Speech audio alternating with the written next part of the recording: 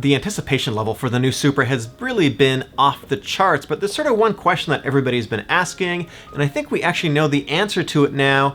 And the question is the new Supra fast enough? Is 335 horsepower, 365 pounds-feet of torque enough? Hi, my name is Eric, and there's been at least 2 instrumented tests of the new Supra, and so what we're going to do in this video is we're going to compare those tests against the Camaro and a few other cars, and we're going to get into that in just a second. One of the things I wanted to look at and address first is probably the #1 complaint about this car, probably not even power. I think you know what I'm thinking, the #1 complaint is the lack of a manual transmission. And the big question is, has Toyota heard us? Do they know that we want a manual? And so I think we finally have an answer. Drive Tribe interviewed Tada-san, the chief engineer for the whole project and for Toyota actually itself, and they talked to him about the possibility of a manual, and this is what he said. I've been asked this 100 million times across the world. There's a website that polls what you want in the new Supra, and the manual transmission is always high on that list. I get a notification when people vote for it. So we know that Toyota is hearing it, and then he said, we've considered it and things have been tested. They have tested it early on in the testing phase before the official release. There was some photos with a manual transmission, and we know that at least in Europe and in Japan with the 4-cylinder, there is a manual transmission in the car, and of course, the M240i has a manual transmission with essentially the same engine as the Supra. He also says, people should give the automatic gearbox a try, but come to it with an open mind. If having driven it, people still want a manual, then of course, as with a normal sports car, there'll be yearly updates and we could introduce it. If we read between the lines here, they've also said that they plan to do all kinds of annual updates to the car and special editions. I think, I'm calling this one here, although it's not that huge a prediction. I think that Toyota is actually going to come out with a manual in the next probably 2 years. So first off, I want to thank everybody for really petitioning for a manual. And second, I have a Discord chat. If you want to talk about cars, it's completely free. Come join us, talk about the Supra and other things.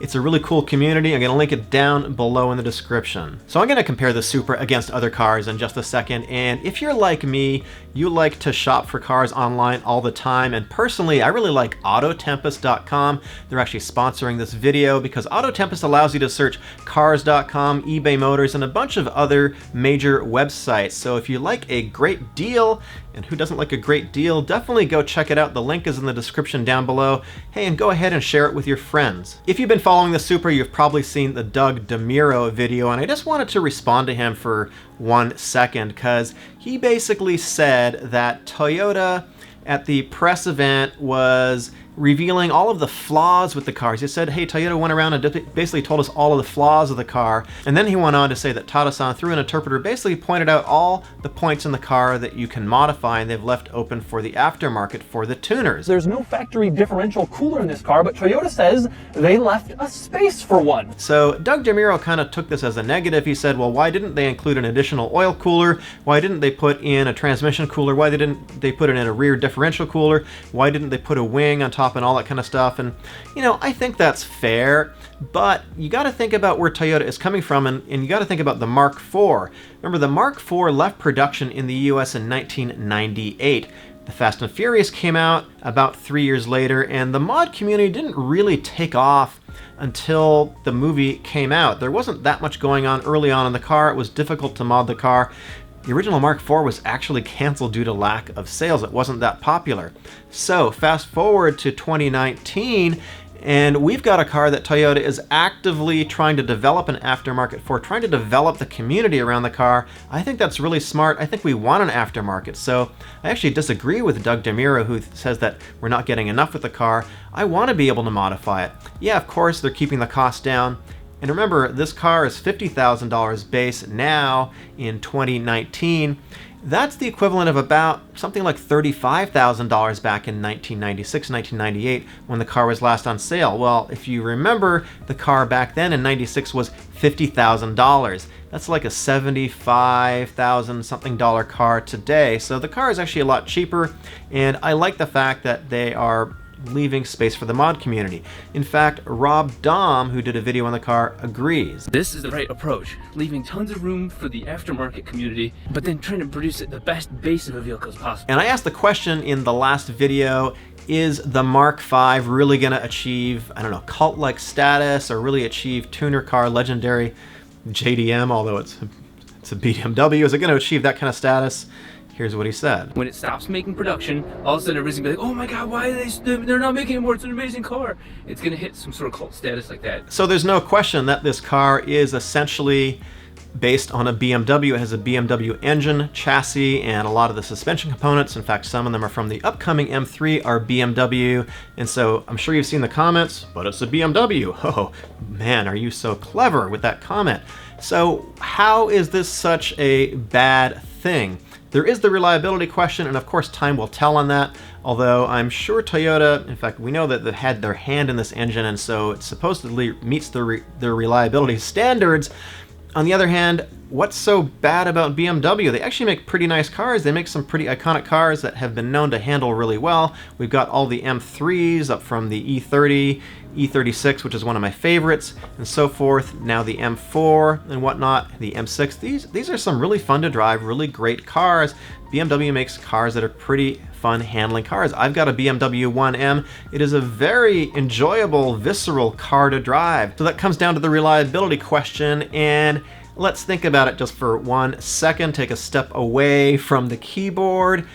Do you think that people at Toyota are all of a sudden gonna throw away their reputation for reliability? So I've actually got some spy cam video from a meeting at Toyota. Let's check it out. Well, we got some bad news here. You see, the finance department says the budget for the Supra has been cut. It's kind of a lot lower. So, Chad, you're the new guy. We hired you for fresh ideas.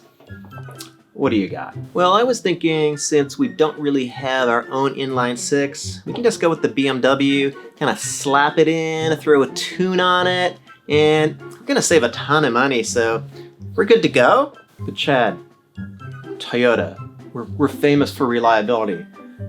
What if this BMW thing, what if it breaks? Well, you see, it's a low volume car, so it doesn't get much press. I don't think anybody's really that interested in the car. They're not paying attention to it, so let's say a couple thousand break. I think we're totally safe throwing our reputation out the window because it's really a low volume car. No one's paying attention to it. Save a lot of money. I think that's the way to go. I like the way you think, Chad. Very smart. But there's just one more thing. Get rid of those damn purple lights. No one likes those. And what's up with the lava lamp?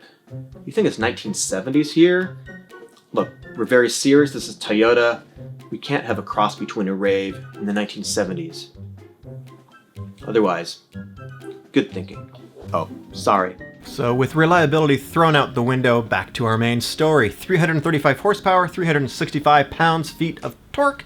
Is that really enough? And is it really that much power, or is perhaps Toyota and BMW underrating the engine? And actually, what does this car weigh? So Car and Driver did some testing, and there's another test too. Let's talk about that. So there's no video of it yet, but Car and Driver took the car back from the press event to their offices, and they did a 0 to 60 test, and it was in 3.8 seconds. And the quarter mile, 12.3 seconds at 113 miles an hour. Now Toyota has said that they're rating the car at 4.1, so 3.8 is pretty good.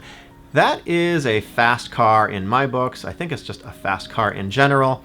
It seems like perhaps the 335 horsepower is a little bit underrated. Now again, we're doing a fantasy comparison here. We don't have these cars on a track side by side, so take this with a grain of salt, but I think Car and Driver is a fairly reputable magazine. So CarWow, which is a UK publication, did a test at the European press launch. Different conditions, obviously, even a different car. It's a pretty good start, that is. This car did the standing quarter mile in 12.5 seconds. 0 to 60 in 4 seconds dead. So how fast is that? Let's compare against the Camaro SS 1LE. I'm going to refer to the Car and Driver test again.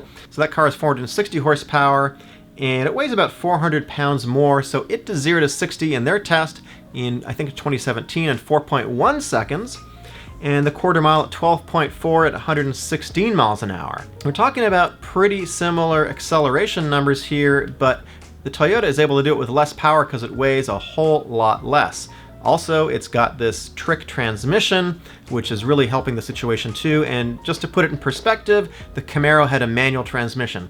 But again, we're talking about numbers that are very, very similar. How about the BMW M2 competition, which has the S55 engine? That is from the current M3 and M4, and that did 0 to 60 in 4.0 seconds, 12.4 in the quarter mile, 116 miles per hour. The base price on that car is $60,000, and that engine has 405 horsepower and 369 pounds-feet of torque. So it has very equivalent torque.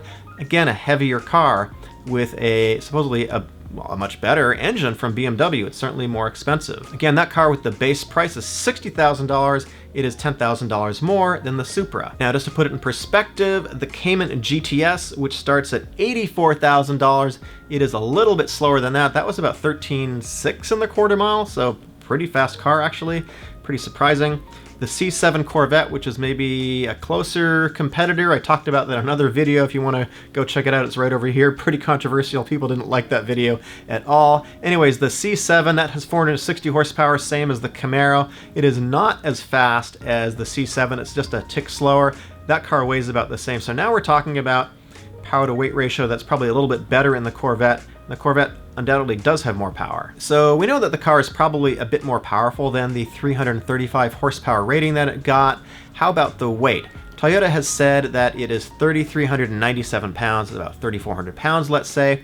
At the SEMA measuring session, which was back in April, the tuners were allowed to go and measure the car. I forget who it was exactly, but somebody said it came in down around 3,300 pounds dry weight. Car and Driver tested it with the premium edition, the upgraded edition, not the base one, and it came in about 25 pounds lighter than what Toyota said the car weighs. So they're also, I guess, overrating it from a weight perspective. So the car is a little bit lighter. So a pretty interesting fantasy matchup. I'd like to drive these cars back to back in the near future, hopefully. I should be getting my Supra around August with any luck, and I'm going to do a lot more content on it then. If you do like this kind of content, I've got a Patreon where you can get early access to these videos. You can chat with me. We can have a monthly group chat, all that kind of good stuff. It starts at $1 a month. It's down in the description down below. If you want to see more videos on the Supra and other cars, are going to be linked right over here. Pick one. My name is Eric. See you in the next video.